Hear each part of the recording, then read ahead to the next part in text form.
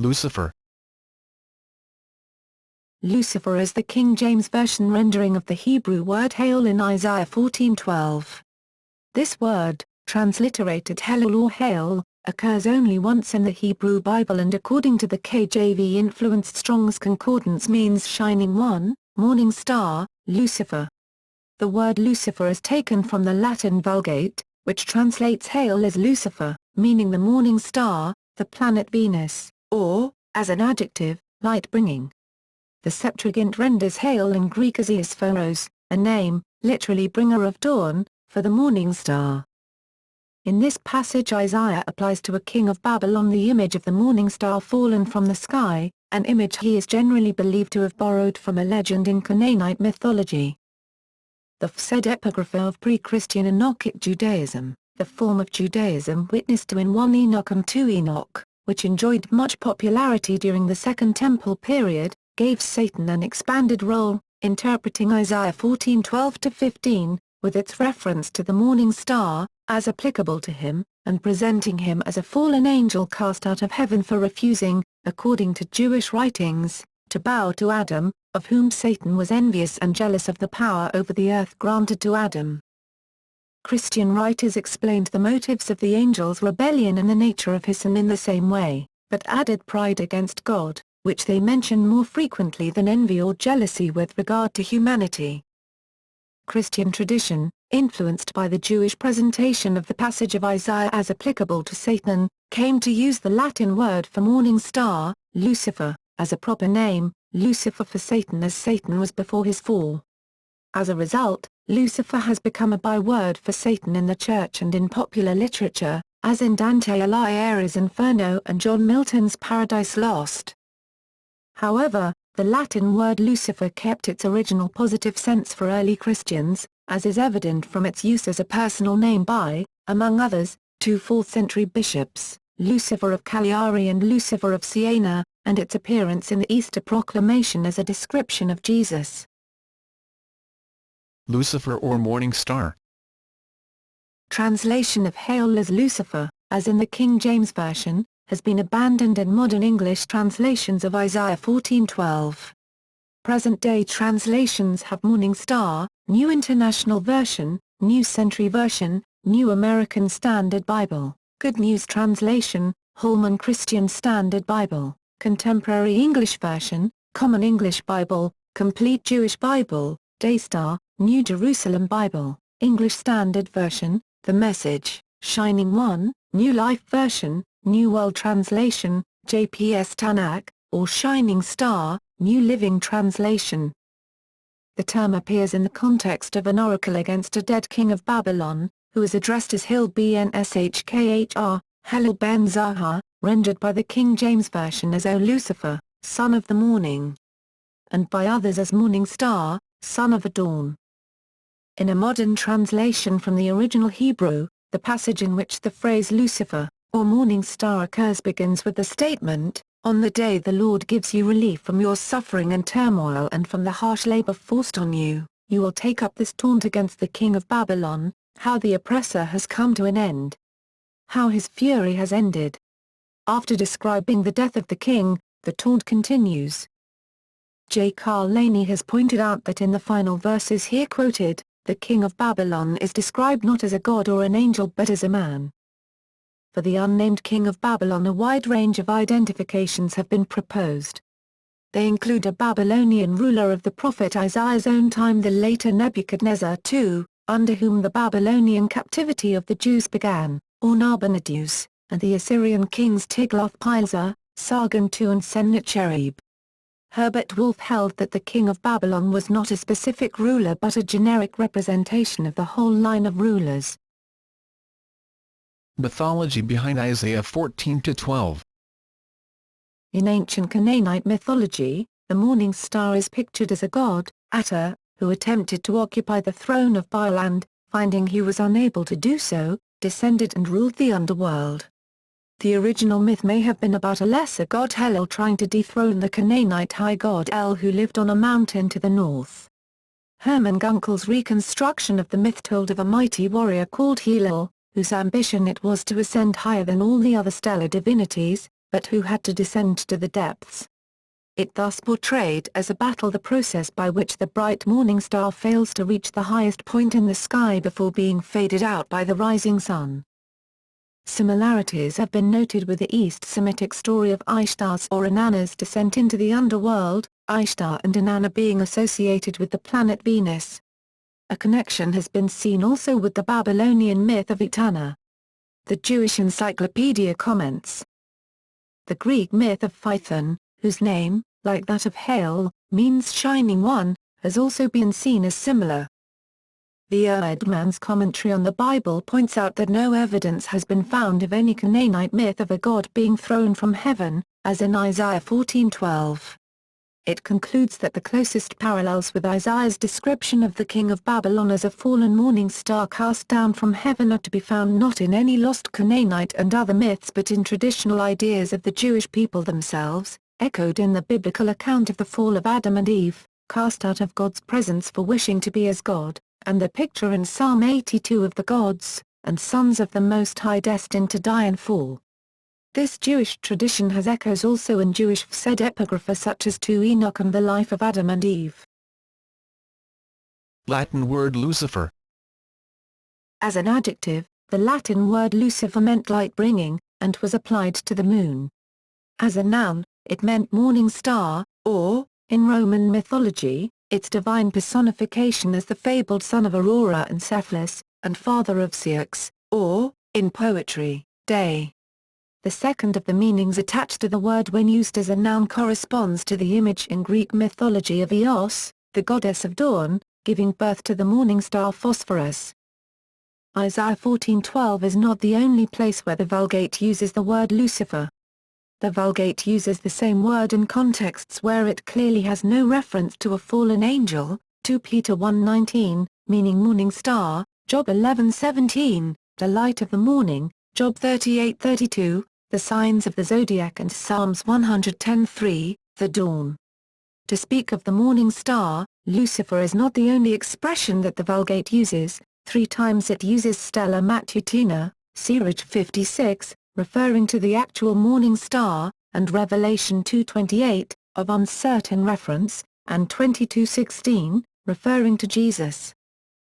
Other indications that in Christian tradition the Latin word Lucifer did not carry connotations of a fallen angel are the names of bishops Lucifer of Cagliari and Lucifer of Siena, and its use in the Easter proclamation prayer to God regarding the Paschal candle, Flammas eius Lucifer matutinus inveniat, il, inquam, Lucifer, qui nescit casum. Christus filius tuus, qui, regressus ab inferis, humana geniere serenus illuxit, a vivit a regnot in saecula saeculorum, may this flame be found still burning by the morning star, the one morning star who never sets, Christ your Son, who, coming back from death's domain, has shed his peaceful light on humanity, and lives and reigns forever and ever. In the works of Latin grammarians, Lucifer, like Daniel, was discussed as an example of a personal name. Judaism. The Hebrew term hêlêl, in Isaiah 14:12, became a dominant conception of a fallen angel motif in Enochic Judaism, when Jewish pseudepigrapha flourished during the Second Temple period, particularly with the Apocalypses. Later rabbis, in medieval Judaism, rejected these Enochic literary works from the biblical canon, making every attempt to root them out. Traditionalist rabbis often rejected any belief in rebel or fallen angels, having a view that evil is abstract. However, in the 11th century, the Perkta Rabbi Eliezer, drawing on ancient legends of the fallen angel or angels, brought back to the mainstream of rabbinic thought the personification of evil and the corresponding myth. Jewish exegesis of Isaiah 14:12-15 took a more humanistic approach by identifying the king of Babylon as Nebuchadnezzar II. Christianity. Early Christians were influenced by the association of Isaiah 14:12-18 with the devil, which had developed in the period between the writing of the Hebrew Bible and the New Testament, also called the intertestamental period when the deuterocanonical books were written. Even in the New Testament itself, Sigve K. Tumstod argues, the war in heaven theme of Revelation 12:7-9, in which the dragon, who is called the devil and Satan, was thrown down to the earth, derives from the passage in Isaiah 14. Origin, 184 185-253 254, interpreted such Old Testament passages as being about manifestations of the devil. But of course, writing in Greek, not Latin, he did not identify the devil with the name Lucifer. Tertullian, c. 160, c. 225, who wrote in Latin, also understood Isaiah 14:14, I will ascend above the tops of the clouds. I will make myself like the Most High as spoken by the devil, but Lucifer is not among the numerous names and phrases he used to describe the devil. Even at the time of the Latin writer Augustine of Hippo, 354-430, Lucifer had not yet become a common name for the devil. Sometime later, the metaphor of the morning star that Isaiah 14:12 applied to a king of Babylon gave rise to the general use of the Latin word for morning star, capitalized, as the original name of the devil before his fall from grace, linking Isaiah 14:12 with Luke 10:18. I saw Satan fall like lightning from heaven, and interpreting the passage in Isaiah as an allegory of Satan's fall from heaven. However, the understanding of the morning star in Isaiah 14:12 as a metaphor referring to a king of Babylon continued also to exist among Christians. Theodoret of Cyrus, c. 393, c. 457, wrote that Isaiah calls the king morning star, not as being the star, but as having had the illusion of being it. The same understanding is shown in Christian translations of the passage, which in English generally use morning star rather than treating the word as a proper name, Lucifer. So too in other languages, such as French, German, Portuguese, and Spanish. Even the Vulgate text in Latin is printed with lowercase Lucifer, morning star, not uppercase Lucifer, proper name. Calvin said, the exposition of this passage, which some have given, as if it referred to Satan, has arisen from ignorance, for the context plainly shows these statements must be understood in reference to the king of the Babylonians. Luther also considered it a gross error to refer this verse to the devil. Christians who identify Lucifer with Satan or the devil. Adherents of the King James only movement and others who hold that Isaiah 14:12 does indeed refer to the devil have decried the modern translations. Treating Lucifer as a name for the devil or Satan, they may use that name when speaking of such accounts of the devil or Satan as the following: Satan inciting David to number Israel, 1 Chronicles 21:1, Job tested by Satan, Book of Job, Satan ready to accuse the high priest Joshua, Zechariah 3:1-2, sin brought into the world through the devil's envy, Wisdom 2:24, the prince of the power of the air, the spirit that is now at work in the sons of disobedience, Ephesians 2:2, the god of this world. 2 Corinthians 4:4. The devil disputing with Michael about the body of Moses, Jude 1:9, the dragon of the book of Revelation, who is called the devil and Satan, Revelation 12:9. 22. They may also use the name Lucifer when speaking of Satan's motive for rebelling and of the nature of his sin, which Origen, Chrysostom, Jerome, Ambrose, and Augustine attributed to the devil's pride against God, and Irenaeus, Tertullian, Justin Martyr, Cyprian, and again Augustine attributed to the devil's envy of humanity created in the image of God.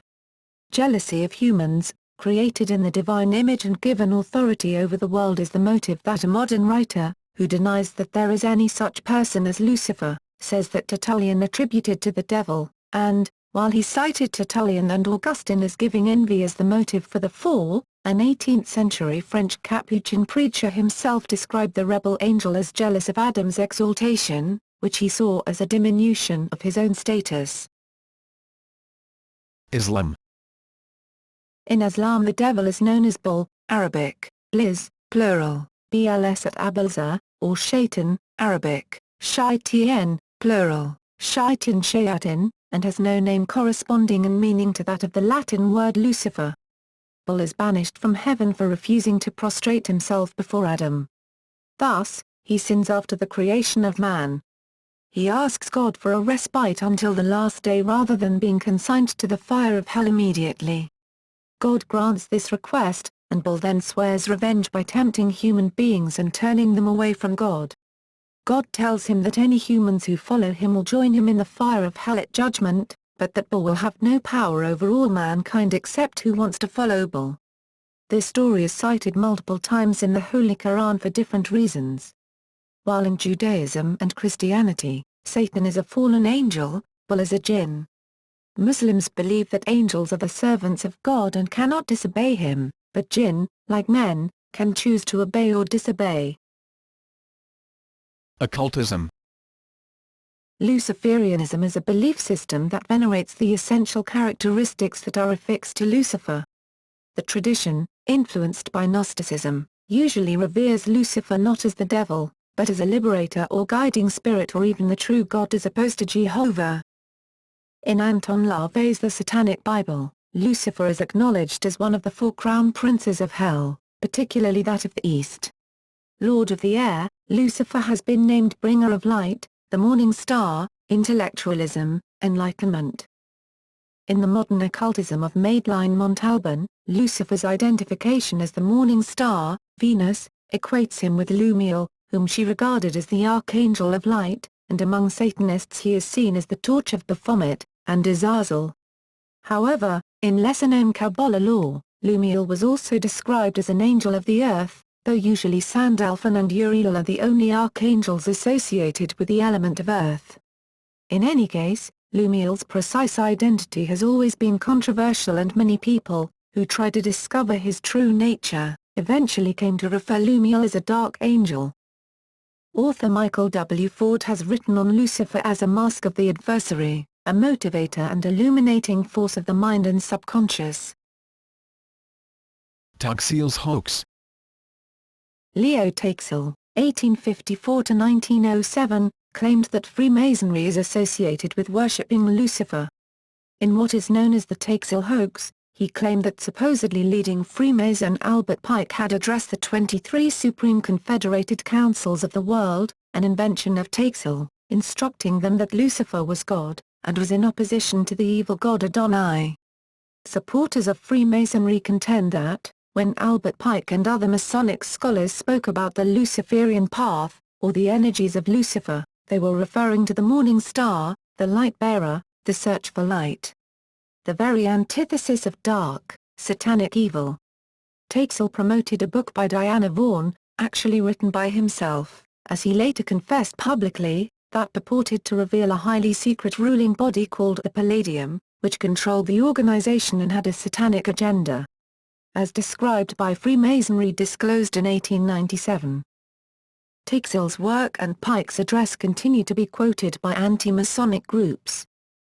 In Devil Worship in France, Arthur Edward Waite compared Taxil's work to what today we would call a tabloid story, replete with logical and factual inconsistencies. Gallery.